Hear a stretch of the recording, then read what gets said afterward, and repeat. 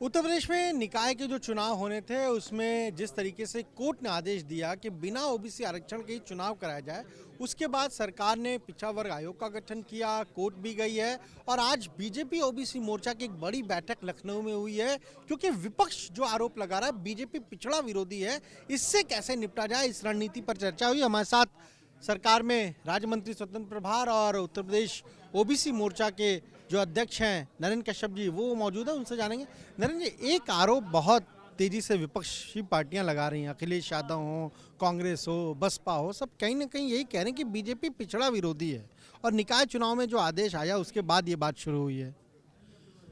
विपक्षी दलों का भारतीय जनता पार्टी की सरकार पे पिछड़ा विरोधी आरोप लगाना एक बहुत ही हास्यास्पद है, क्योंकि प्रदेश और देश की जनता और खासतौर से पिछड़े वर्गों के लोग इस बात को जानते हैं कि भारतीय जनता पार्टी के इस मोदी योगी युग में जितने बड़े पैमाने पर संवैधानिक संस्थाओं में, संगठन में, सत्ता में स्थान ओबीसी वर्गों के लोगों को मिला है, उतना बड़ा स्थान देश की आज़ादी के बाद कभी किसी भी पार्टी की सरकार में नहीं मिला है। इसलिए उनका ये आरोप ओबीसी समाज के लोग सिरे से खारिज करते हैं। एक बात और कहना चाहता हूं कि सरकार का प्रयास नगरीय निकाय को प्रदेश में कराने का, समय से कराने की प्रतिबद्धता थी।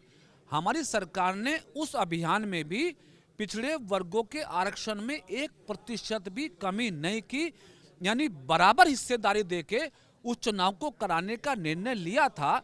उस आरक्षण पिछड़ों को ना मिल पाए, पिछड़े लोगों के लोग निगम में, पालिकाओं में, पंचायतों में ना जा पाए, इस भाव को लेके अपोजिट पार्टी के लोग हाईकोर्ट में गए, जिस पर स्टे हुआ।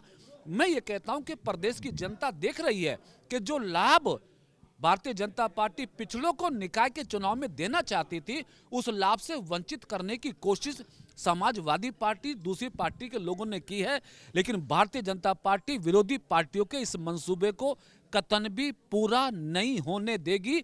भाजपा की सरकार ओबीसी वर्ग के लोगों को 100% जो उनका हक है, उसी हक के आधार पे, आरक्षण के आधार पे चुनाव कराएगी। सवाल ये है, जो बैठक आपने की, क्या अब ओबीसी मोर्चा जो है वो प्रदेश में हर जगह जाएगा और ये बात कहेगा कि विपक्ष ने ऐसी साजिश की, आप बताएंगे लोगों को? ओबीसी मोर्चे की प्रदेश की बैठक नियमित बैठक के क्रम में हुई है। अच्छी बात यह हुई है कि हमारे 2 राष्ट्रीय उपाध्यक्ष, जिनमें एक ओबीसी कमीशन के राष्ट्रीय चेयरमैन भी हैं, दूसरे हमारे केंद्र की सरकार में मंत्री हैं आदरणीय बीएल वर्मा जी, हंसराज अहीर जी, हमारे राष्ट्रीय महामंत्री संगम लाल गुप्ता जी, इन सभी नेताओं की उपस्थिति में आज हम लोगों ने इस बात पे विचार किया है कि जो अपोजिट पार्टी के लोग अनावश्यक रूप से भारतीय जनता पार्टी की सरकार पर आरोप लगा के पिछड़े वर्गों को गुमराह करने की चेष्टा अनावश्यक रूप से करने वाले हैं, हम जिले और मंडल स्तर पर पिछड़े वर्गों के लोगों को जागरूक करके पर्दाफाश करेंगे कि यही कांग्रेस, यही सपा, यही बसपा, जिन्होंने हमेशा पिछड़ों के रिजर्वेशन पर कभी भी कोई काम नहीं किया, आज ओबीसी को गुमराह करके वो भाजपा को बदनाम करना चाहते हैं। तो हम किसी भी कीमत पे ओबीसी मोर्चा पिछड़ों के बीच में जाके केंद्र और प्रदेश भारतीय जनता पार्टी सरकार की उपलब्धियों पर पुनः विचार करेगा, बताएगा और इन विपक्षी दलों का पर्दाफाश करके भारतीय जनता पार्टी के मूल संगठन के साथ तालमेल करके और मजबूत करने पर विचार करेगा। सवाल यह है, राहुल गांधी की यात्रा आज उत्तर प्रदेश पहुंच गई, हालांकि केवल 3 ही दिन भारत जोड़ो यात्रा यूपी में रहेगी। प्रियंका गांधी ने कहा कि राहुल गांधी को ठंड इसलिए नहीं लगती क्योंकि वो सच्चाई को ओढ़ के चलते हैं। राहुल गांधी जी और कांग्रेस की सच्चाई कौन नहीं जानता है?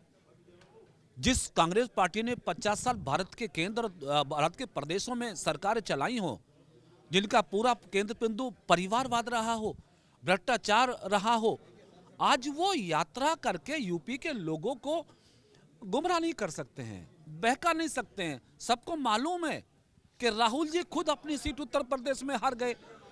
कांग्रेस पार्टी का मूल वोटर, कांग्रेस पार्टी का मूल संगठन, कांग्रेस पार्टी की विचारधारा को लोग भूल गए हैं। सबको मालूम है कि ये ऐसी पार्टियां है जो एक परिवार के इर्द गिर्द घूमती रही है। इसीलिए तो मोदी योगी को लोगों ने पसंद किया कि जो भारतीय जनता पार्टी सारे देश को अपना परिवार मान के देश की 135 करोड़ जनता, उत्तर प्रदेश की 25 करोड़ जनता के लिए खुले दिल से काम करते हैं।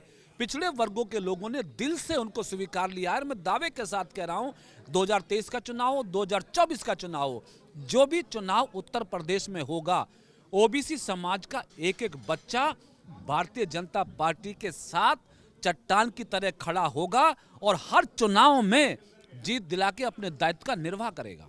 तो ये आपने सुना क्या कहना है नरेंद्र कश्यप का, जो ओबीसी मोर्चा के अध्यक्ष भी हैं। साफ तौर पर कह रहे हैं कि अब ओबीसी मोर्चा प्रदेश के सभी जिलों में और सभी मंडलों में जाकर अभियान चलाएगा। ये बताएगा कि किस तरीके से विपक्षी पार्टियों ने ओबीसी के खिलाफ काम किया है और बीजेपी कैसे ओबीसी हितों की रक्षा कर रही है। राहुल गांधी की यात्रा पर कह रहे हैं कि अब कांग्रेस के पास कुछ बचा नहीं है। कैमरे से मेहदी हसन के साथ अनुभव शुक्ला, एपी गंगा, लखनऊ।